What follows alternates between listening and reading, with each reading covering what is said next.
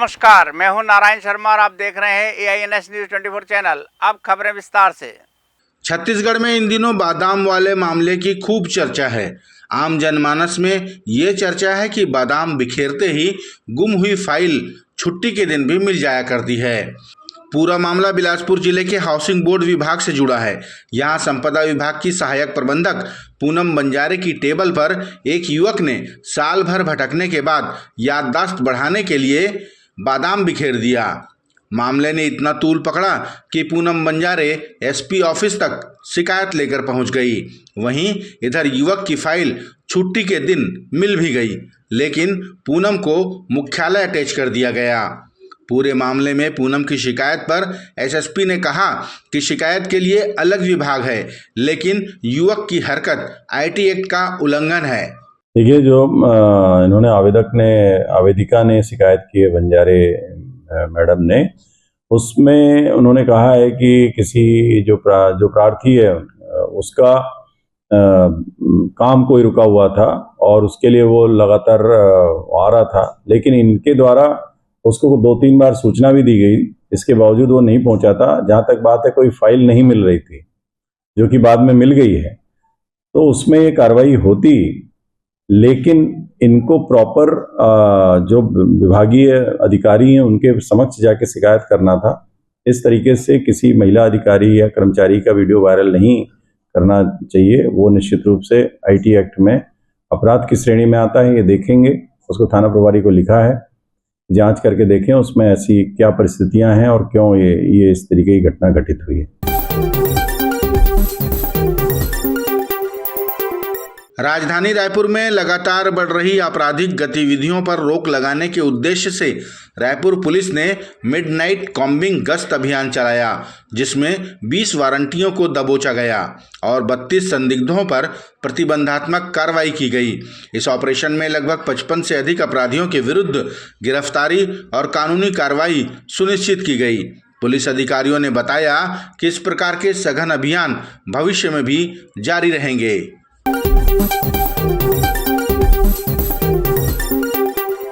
छत्तीसगढ़ के देवतुल्य भारतीय जनता पार्टी के कार्यकर्ता जहां भी प्रचार के लिए जाते हैं, वहां जीत अवश्य मिलती है। ये बातें पूरे विश्वास से कही विधायक पुरंदर मिश्रा ने। उन्होंने कहा कि सभी जानते हैं कि पश्चिम बंगाल में पूर्व की सरकार कैसी थी और उसका रवैया कैसा था। इस बार चुनाव में बंगाल की जनता और हमारे कार्यकर्ता विशेष भूमिका निभाएंगे और पश्चिम बंगाल में भगवा ही लहरेगा।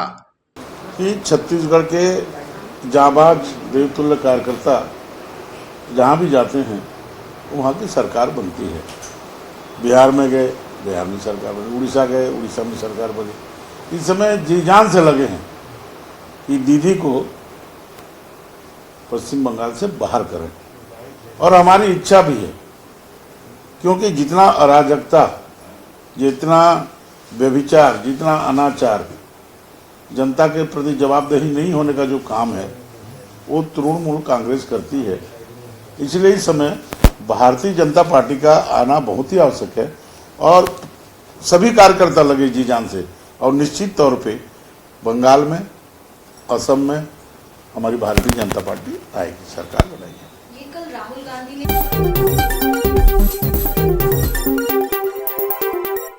दुर्ग जिले के अमलेश्वर में पुलिस मित्र जागरूक अभियान का शुभारंभ किया गया, जिसमें पुलिस अधिकारियों और गणमान्य नागरिकों ने आपस में चर्चा कर कानून व्यवस्था को सुचारू रूप से संचालित करने और उसमें अपनी अहम भूमिका निभाने का संकल्प लिया। इस मौके पर अतिरिक्त पुलिस अधीक्षक मणिशंकर चंद्रा, SDOP अनूप लकड़ा, थाना प्रभारी बसंत बघेल, नगर पालिका अध्यक्ष दयानंद सोनकर, पार्षद डॉक्टर आलोक पाल समेत गणमान्य नागरिक उपस्थित रहे। भारतीय क्रिकेट के महानायक सचिन तेंदुलकर ने बस्तर के वनांचल ग्राम छिंदनार में बच्चों के साथ समय बिताया और उन्हें खेल के प्रति प्रेरित किया। यहाँ सचिन ने मानदेशी फाउंडेशन द्वारा निर्मित मल्टी स्पोर्ट्स ग्राउंड का उद्घाटन भी किया। सचिन ने आदिवासी बच्चों के साथ विभिन्न खेलों में हिस्सा लेकर उन्हें खेल के प्रति प्रेरित किया। सचिन तेंदुलकर ने बताया कि इस तरह बस्तर के 50 गांवों में खेल मैदान विकसित करने की उनकी योजना है, जहां क्रिकेट के साथ साथ फुटबॉल, वॉलीबॉल, कबड्डी और पारंपरिक खेलों को बढ़ावा दिया जाएगा। 50 स्कूल ग्राउंड्स हम डेवलप करें, मैदान। तो ये बेसिकली हम मैदान कप करके एक हो रहा है, कंपटीशन हो रही है, जिसे मानदेशी और हमारा सचिन तेंदुलकर फाउंडेशन सपोर्ट करता है और ऑलमोस्ट 5000 से ज़्यादा बच्चों को फ़ायदा होगा इससे। तो बहुत खुशी हो रही है। हमारा फाउंडेशन यहाँ पे मानदेशी टीम के साथ कुछ अच्छा काम कर रहा है, तो उसी वजह से हम यहाँ पे आए हुए हैं। राजनांदगांव नगर निगम में महापौर मधुसूदन यादव ने 40 बिंदुओं पर आधारित सालाना बजट पेश किया, जिसे उन्होंने 15 लाख रुपए के लाभ का बजट बताते हुए पेश किया। लेकिन जमीनी हालात देखते हुए विपक्ष ने इस पर कई सवाल खड़े किए। माननीय महापौर जी द्वारा ये दूसरा बजट है। मेरे खुद को ही आश्चर्य हो रहा है, क्योंकि इन्हीं के द्वारा पिछला बजट जो पेश किया था तो उसमें 22,15,000 रुपए का घाटा का बजट पेश किया था, और आज ये 15 लाख लाभ का बजट बता रहे हैं। तो जबकि हमारी नगर निगम की स्थिति ये है कि हम कर्मचारी को पैसा नहीं दे पा रहे हैं, कर्मचारी सुसाइड करने को उधर भाग रहे हैं। कई सफाई कर्मचारी को 12 महीने से तनख्वाह नहीं मिला है, कई हमें नियमित कर्मचारी को 3-3, 4-4 महीने से पेमेंट नहीं मिला है। तो फिर लाभ का बजट कैसे हो रहा है, ये हमको आश्चर्य की बात है। विपक्ष के आरोपों को निराधार बताते हुए महापौर मधुसूदन यादव ने कहा कि हमने आय बढ़ाने के साथ साथ जनता के साथ संतुलन बढ़ाने का भी काम किया है। उसकी चिंता उनको नहीं करना है, क्योंकि वो तो हमारे आय का विरोध करते हैं। जैसे संपत्ति कर हमने बढ़ाया, उसका उन्होंने विरोध किया, लेकिन ये विषय केवल उनके द्वारा नहीं आया, बल्कि जनता से भी आया, व्यापारिक संगठनों से भी आया, चेंबर ऑफ कॉमर्स से भी आया। तो हमने आय बढ़ाने के साथ साथ जनता के साथ संतुलन बनाने का काम किया।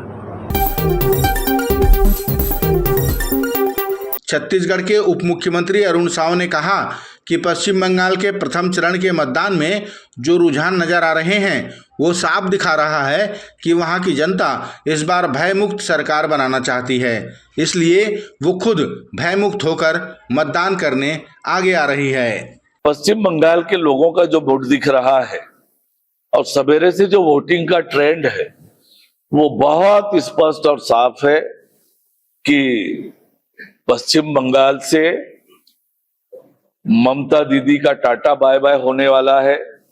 पश्चिम बंगाल में कमल खिलने वाला है। पश्चिम बंगाल में सुशासन आने वाला है।